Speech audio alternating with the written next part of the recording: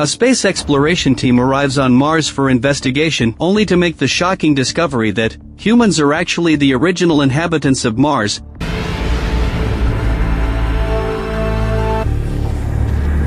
How did this happen? The story begins with humanity's exploration of Mars. In 1967, the Soviet Union first proposed a Mars exploration program and launched a Soyuz spacecraft for this purpose. Among them, an astronaut named Lov ventured to Mars alone despite the risks. Although the mission ultimately failed, Lov's name was forever etched in people's minds. As time passed, the Soviet Union dissolved, yet humanity's drive to explore Mars never ceased, and with advancements in technology, more and more people could participate in this legendary project. Among them was Meyer, a top French billionaire with a profound passion for Mars exploration. He was willing to invest substantial wealth to collaborate with the ESA, all for the chance to lead a team on a Mars expedition. Faced with Meyer's generous funding, ESA promptly acknowledged his discerning judgment. ESA quickly completed the landing craft, set to depart in 10 days. By then, Meyer had already selected the exploration team, including soldiers, technicians, and others. However, 2 days before the scheduled departure, the team's psychologist suddenly died in a plane crash. This left a vacancy in the team. To everyone's surprise, Meyer chose an unknown doctor named Jenny as the replacement.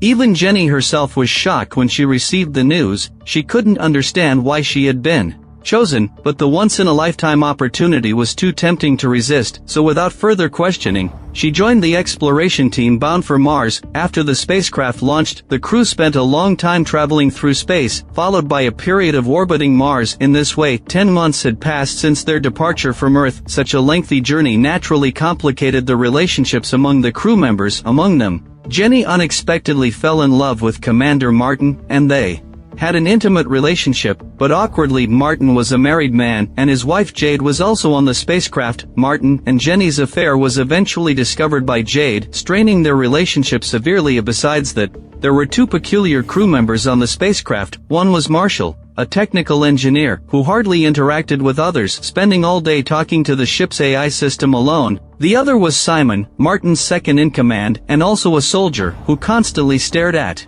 Jenny with strange looks, making her uneasy. Now Jenny just wanted it all to end. Perhaps investor Meyer felt the same. After much delay, he finally decided to lead the team to land on Mars. The next day, to everyone's surprise, Meyer told them he had just received news that the Americans were secretly preparing their own Mars landing mission, and 3 weeks prior, a spacecraft named Gelling 1 had already landed on Mars. Fortunately, they had encountered an unknown accident for some reason, therefore failing to claim the title of first successful landing. The stimulus prompted Meyer to decide on an immediate landing. Shortly after, America's second exploration spacecraft would arrive near Mars, but according to Meyer's information, Gelling 1 had sent a message to Earth before the accident, urging those following not to land on Mars, but Meyer didn't take it seriously. The sudden announcement left the crew with mixed emotions, leading to different reactions from each person. Geologist Eva was deeply concerned, while another crew member, Leon, held the opposite view. He advised Eva to relax. After all,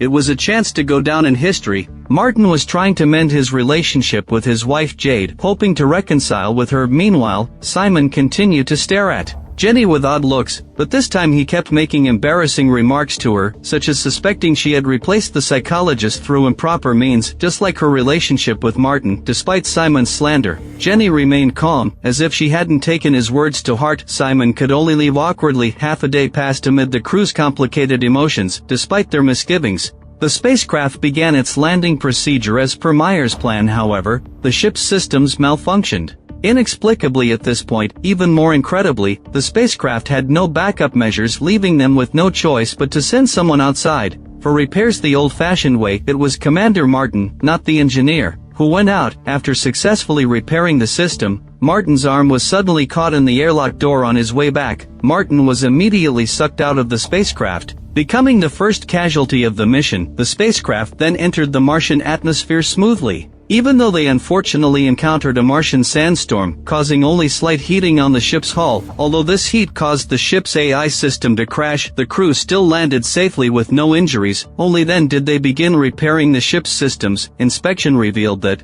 the life support system had also been damaged in the sandstorm. If they couldn't repair it within 24 hours, they would all suffocate. With Commander Martin's unexpected death, the crew urgently needed a leader. Therefore, Simon, the second-in-command, was elected interim commander. The crew then methodically inspected the spacecraft. Engineer Leon discovered a problem with one of the ship's battery packs, which would take considerable time to repair, and with the ongoing Martian sandstorm, the repair time would be even longer, and without repairing the battery pack, they couldn't restart the ship's systems, leaving them trapped and dead. Upon hearing this, interim commander Simon quickly devised a plan. Not long ago, Gelling 1 had arrived on Mars, and though the crew had perished, perhaps spare parts remained on the ship, so Simon, along with Jenny and Jade, took a small rover to Gelling 1's landing site. The others stayed behind to check for further damage. Just then, technical engineer Marshall suddenly remembered that the ship had a power-saving mode. In its programming for such emergencies, Marshall guessed that by manually shutting down other systems, they could conserve power to restart the main control system. He immediately returned to the control room to attempt a system reboot, but the situation was worse than he thought. The main control system failed to reboot, and because of his attempt, other systems no longer had enough power to operate, greatly reducing the original 24-hour estimate. Simon and the others became their only hope. The three, Simon, Jenny, and Jade, set off in the rover toward Gelling 1's landing site. They reached the area shortly after, but to their surprise, there was nothing there, not even the wreckage of the spacecraft. This was clearly unreasonable. Though puzzled, Simon didn't abandon the search, leading the two in a relentless search to find any trace of the ship, but it was as if no one had ever been there, and they searched all the way to the edge of a cliff, still finding no sign of Gelling 1. This left them disappointed, but they knew returning would mean certain death, so they kept searching. Suddenly, a white object appeared on the ground not far from them. It was a perfectly intact spacecraft battery pack. Finally finding the target, the three hurried back to the ship with the battery, but then, something strange happened again. On the way back, a figure in a spacesuit appeared. They assumed it was a member of Gelling 1's crew, so they rushed to check, only to find the spacesuit was extremely old. Thankfully, the person inside was still breathing. The three decided to take the person back to the ship, planning to question them once they woke up. Soon, for return to the spacecraft, using the recovered battery, Marshall restarted the main control system, then used the ship's medical system to examine the astronaut. The person appeared unharmed, and woke up a few minutes later, but the astronaut's language was odd. Gelling 1 was an American spacecraft, yet this person spoke Russian, and he identified himself as Lov. Everyone present knew that was a name from decades ago, a man who had died on a Mars mission, but what followed completely shattered everyone's understanding. According to data from Earth, this person looked identical to Lov. Such a strange thing made everyone extremely uneasy. It implied Lov had survived alone on Mars for decades, which was impossible. The crew disagreed on how to handle the situation. Some argued he was a hero who would never harm them, suggesting they attempt to communicate with Lov to learn more. Jenny had grown up hearing Lov's story, with her father always describing how brave he was to spare his friend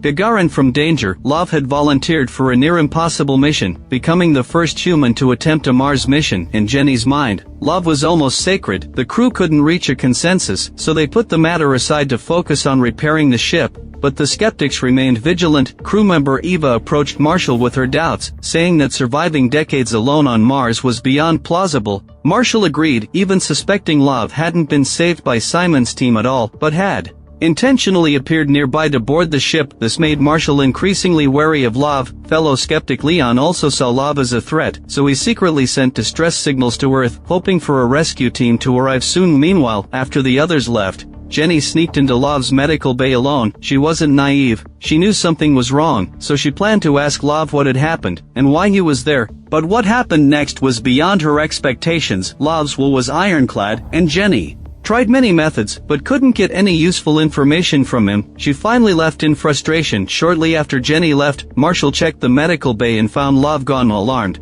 he rallied the crew to search for him, only to find Lov's old spacesuit missing too. They concluded Lov had likely left the spacecraft. This created two factions among the crew: those who had believed Lov posed no threat. For example, Interim Commander Simon believed they should retrieve Lov immediately to prevent any danger outside. As for the other dissenters, they had long wanted Lov to leave, so they naturally opposed Simon's proposal. Leon was the first to voice his displeasure. Parce que je veux rentrer vivant. Tout ton équipage là, on veut rentrer vivant. As the two factions argued, Investor Meyer expressed support for Simon's decision. Reluctant as they were, the crew had to follow Simon's plan. Additionally, when Simon and the others set out, they specifically ordered Leon to join them. Therefore, Leon was forced to join the search for Love. The dissenters were confused by Myers' decision, suspecting he might be hiding something, so Marshall and Eva sneaked into Myers' quarters to figure out why he had made that decision. After a quick search, the two turned their attention to Myers' safe. Just as Marshall was about to crack it, they were unexpectedly discovered by Jade, but she didn't seem inclined to report them, instead summoning them to the command center. Besides Marshall and Eva, Jade also radioed Simon and the others outside, asking them to listen to the latest report. Together, not long ago, they had collected Love's genetic data and made a terrifying discovery. Normal human DNA has a double helix structure, but Love's was a triple helix. In a sense, he wasn't human at all. Leon, who was searching outside, was overcome with fear, but Meyer was visibly excited. It was clear he knew something. After hearing this, Meyer searched even harder. After some time, they finally picked up Love's trail. He was standing beside a pile of stones. Upon closer inspection, Meyer and the others realized the stones were part of a ruin. Even Jade and the others on the ship were stunned by the discovery. Mars had once hosted a civilization. Simon and the others saw a perfectly shaped tetrahedral object among the stones, and immediately took it back to the ship for detailed analysis. But Jenny's focus was on Meyer. She had noticed his odd behavior earlier. Jenny immediately voiced her suspicions to him.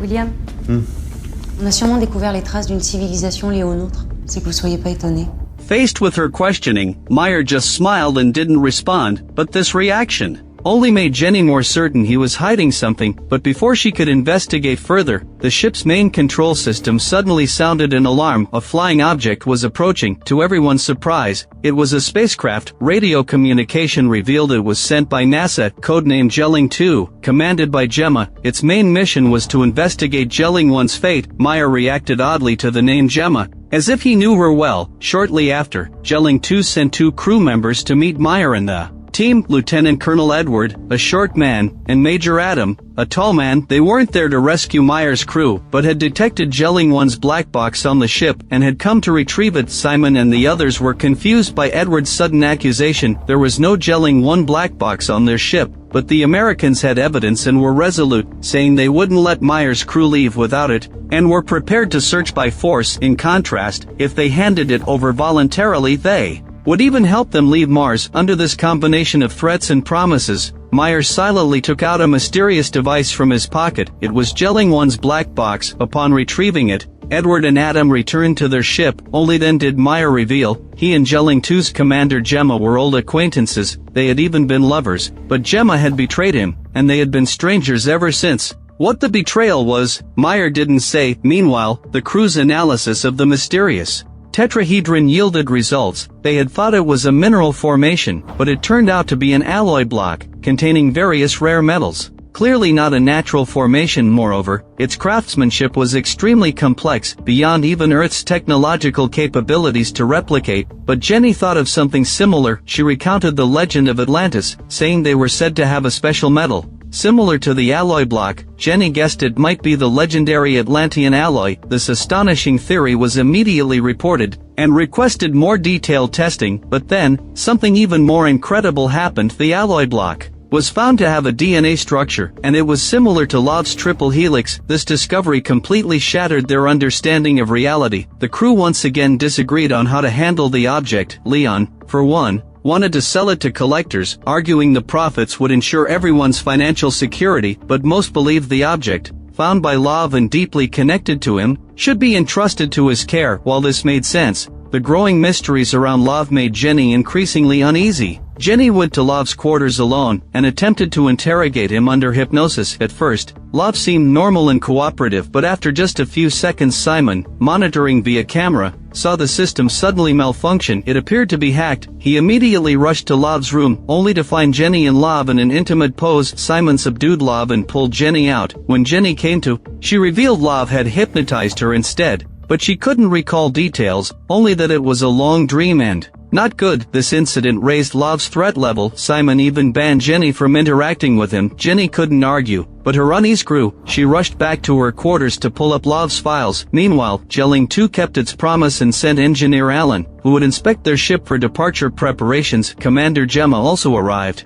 claiming to catch up with Meyer. As Jenny studied Love's files, flashes of memory surged, pieces of her hypnotic dream forming a coherent story. It was what she'd Seen under hypnosis in the dream, Love visited her home. Vous devez vous rappeler de votre passé pour pouvoir réfléchir à l'avenir. Vous pensez que la Terre a un avenir?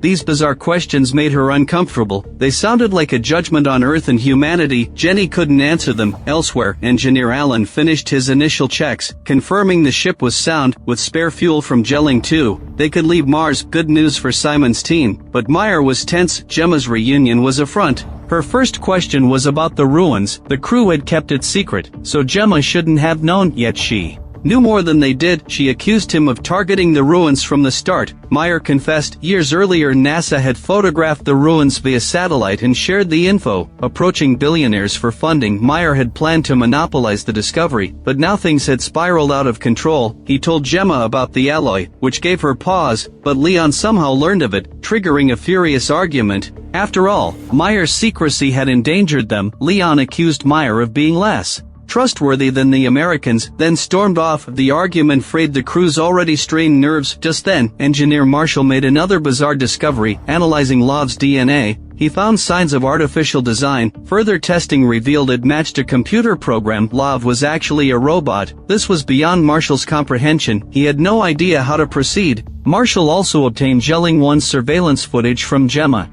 It showed Gelling 1's crew encountering Love, who was beaten and interrogated. Minutes later, Gelling 1 suffered its accident, killing everyone on board. Marshall wondered if it hadn't been an accident at all, but Love's doing, if that were true, things would be even more terrifying. Love could somehow hack the ship's control systems out of thin air. Upon hearing Marshall's speculation, Investor Meyer showed no panic. It was as if he had known all along. Meyer then went to Jenny's quarters, saying he had something important to tell her. Meyer took out a file folder and handed it to Jenny. Inside were the details NASA had disclosed. Years earlier, a peculiar sandstorm had erupted in a Martian region, which then coalesced into a human face. Most remarkably, the face looked identical to Jenny's. This discovery was what had sparked Meyer's interest. From the start, he had decided to bring Jenny to Mars for investigation. Upon learning the truth, Jenny seemed disoriented. Her demeanor didn't go unnoticed by the crew. Simon confronted Meyer, demanding to know what they had discussed to make Jenny like this. Meyer refused to tell Simon the truth. This attitude infuriated Simon. After the incident with Leon, they no longer trusted Meyer. Just as Simon was about to force an answer, an unexpected visitor barged in. Gelling 2's commander, Gemma. She intended to take Love to her ship. This was met with fierce opposition from Meyer. As the two sides argued, someone suddenly noticed Jenny had left the ship in a spacesuit.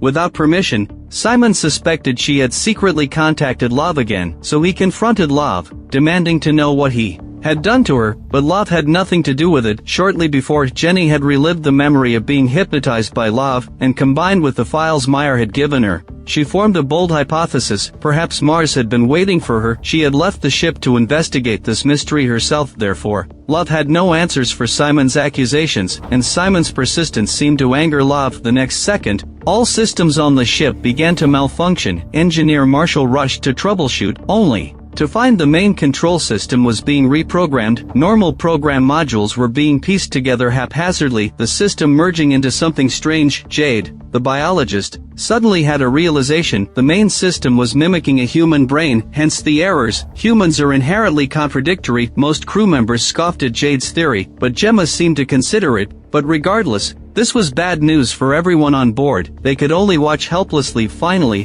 they watched as the ship's main program completed its transformation. Just then, Simon and Meyer suddenly rushed out from a corner and hijacked Gemma. With the ship's systems useless, they planned to seize Gelling 2 to escape Mars. Simon ordered Leon to seal the ship's doors against Gelling 2's crew, but Simon had misjudged Leon. Leon had opposed such drastic measures from the start, so when Edward and Adam arrived at the ship, Leon not only didn't stop them, but secretly opened the airlock to let them in, with Simon holding hostages. Edward and his team took 2 crew members including Jade as hostages in return. Meanwhile, Meyer didn't know Leon had betrayed them. He was trying to use the transformed system to send a distress signal to Earth, but the altered system couldn't even handle communication. This crushed Meyer's hopes. On the other side, Edward and his team stormed into Love's holding room, planning to take the mysterious visitor with them, but just then, the systems failed again, and the entire ship plunged into darkness. Though the lights came back on just moments later, Love was already gone. He had appeared in a hidden corner at some unknown time, with the traitor Leon beside him. No one knew what Love intended. Meanwhile, Jenny, who had left the ship,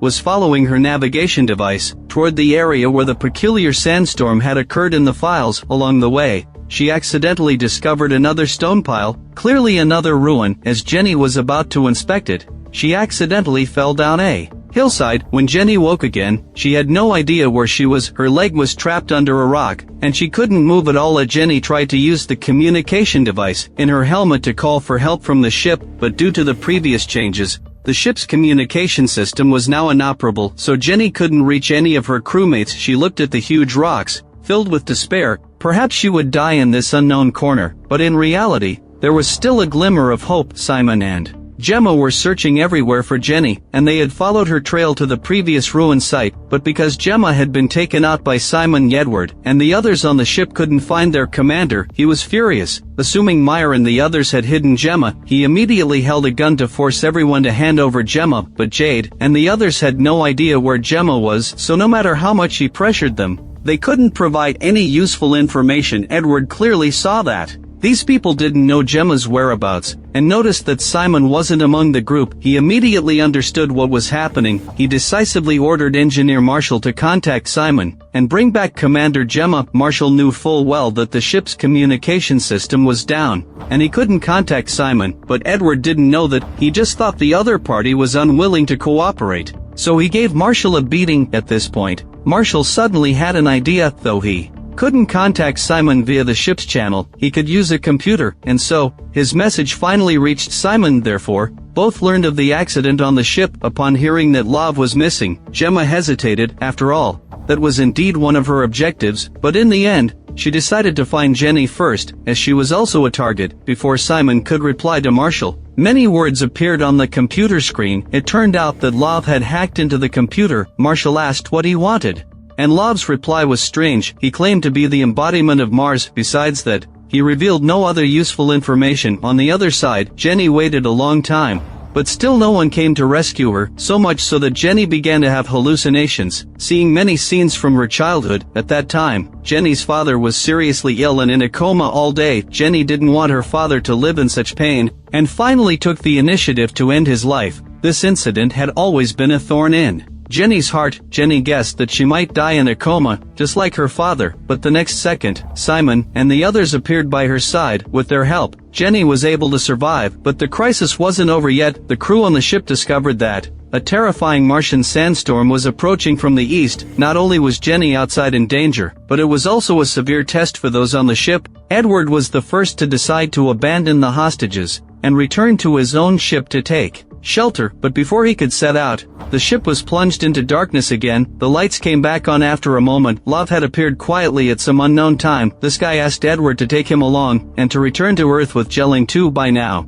Edward knew how strange Love was. Faced with his request, he hesitated. At the same time, Jenny and the others were unaware of the approaching sandstorm, so they stayed outside. As they got closer to that area, a mysterious voice began to appear in Jenny's mind, guiding her to a certain place. Jenny followed the guidance. She found a cave in a hidden corner. It was very deep inside, and it was impossible to see clearly, and the voice still guided Jenny to go deeper. She was uncertain, so she discussed it with Simon. Finally, the three of them decided to go deep inside, to take a look, but as they went deeper, the three became more and more terrified. Liquid water was continuously gushing out from the cave walls. According to previous exploration, they had inferred that there was no liquid water on Mars. Now, faced with the facts, the three had to believe, but this was just the beginning. When they reached the deepest part of the cave, the scene there completely stunned them. Such a vast space was entirely constructed from skulls. Jenny had a hunch, perhaps this had once been humanity's homeland. In fact, her guess was entirely correct. At this point,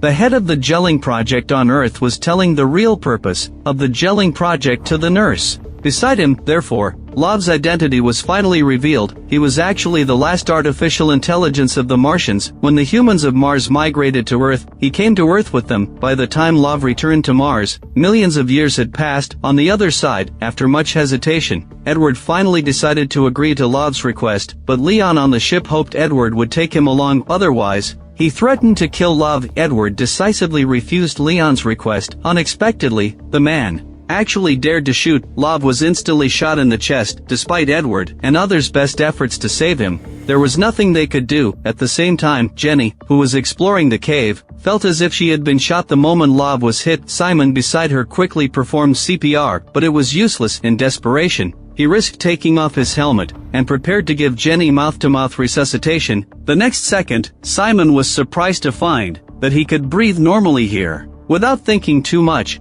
he immediately gave Jenny mouth-to-mouth resuscitation. Thanks to his efforts, Jenny barely pulled through, but then they noticed that Gemma was gone. In fact, she had just received a message from Edward about Love's death. Gemma ordered Edward to quickly return to the ship with Love's body for a rendezvous. For this, she even chose to abandon Jenny, only wanting to escape Mars as soon as possible. But for some reason, Love's body had disappeared. This made Edward extremely anxious. He told Adam to guard Meyer and the others while he searched everywhere. At this time, Jenny also had new changes. The originally dim cave was suddenly filled with dazzling light. Then Jenny and the others appeared on a snow-covered land. By observing the surrounding environment, Jenny deduced that they had come to the North Pole of Mars. It was thousands of kilometers away from their previous location. What surprised Jenny even more was that Love was also there. The other party introduced the land to Jenny. Originally, millions of years ago, Mars was humanity's homeland, but due to resource depletion, they chose to migrate to Earth, and this place became a human legend. They called this place Atlantis. Hearing this new version of the legend, Jenny was surprisingly calm. She was already numb from the shock along the way.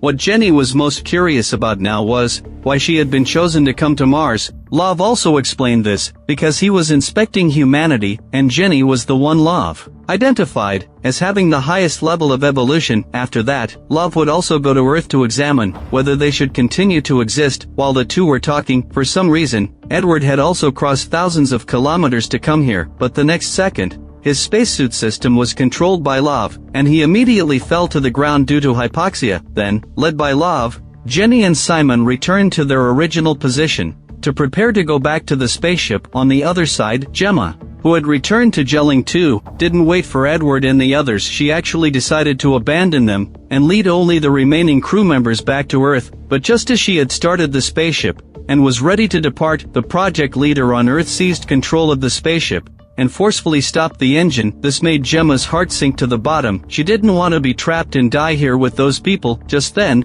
Jenny and the others who had joined Meyer suddenly contacted Gemma, hoping to take their spaceship to leave. With Jenny, the psychologist, making the request, Meyer first apologized for the breakup a few years ago, then continuously appealed to her emotions, trying to make Gemma soften her heart. But Gemma told them that the spaceship was now controlled by the project leader, and they couldn't take off at all. Just as everyone was disappointed, Jenny said she had a way to try. Then she closed her eyes, and when she opened them, Gemma had regained control of the spaceship. Jenny's ability just now was exactly the same as Love's, and her abilities went beyond that. When the spaceship was about to take off, Edward, who had passed out due to hypoxia, actually chased after them again. Seeing this, he angrily opened fire on gelling 2 continuously. The next second, Jenny teleported beside him and shot Edward dead with one shot, to ensure Gemma and the others could leave smoothly. But for some reason, she gave up returning to Earth, and just silently watched them. With the news that Gemma and the others had left Mars, the project leader was extremely angry. No one knew what plans he had next. The film ends here. Mission Season 1 was released in June 2017. Although the film has a very imaginative concept, the plot is really quite poor. The narrative structure is trivial and chaotic,